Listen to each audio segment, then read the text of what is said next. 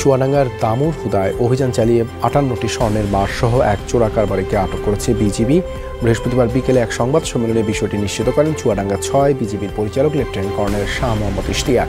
তিনি জানান, দামুর হুদা উপজেলার নাস্তিপুর গ্রামে সোনা চোরাচালানের গোপন সংবাদের ভিত্তিতে বেলা 11টার দিকে সেখানে অভিযান চালায় বিজিবি।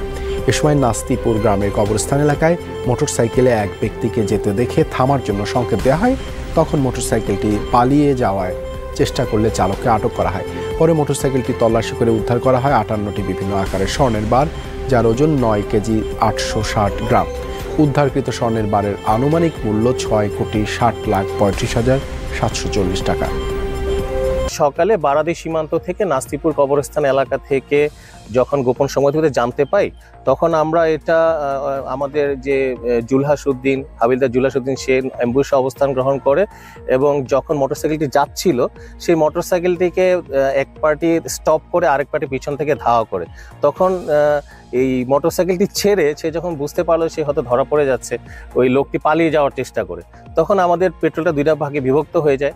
একটা ভাগ মোটরসাইকেলটিকে জব্দ করে, আর একটা ভাগ সশস্ত্র টহল দুইজন ছিল, তারা ধরে গিয়ে আমাদের যে পাচারকারী ছিল তাকে আটক করে। এটা তো 9 কেজি 860 গ্রাম আমরা পেয়েছি। এটার আজকের দাম হচ্ছে 6,60,35,740 টাকা।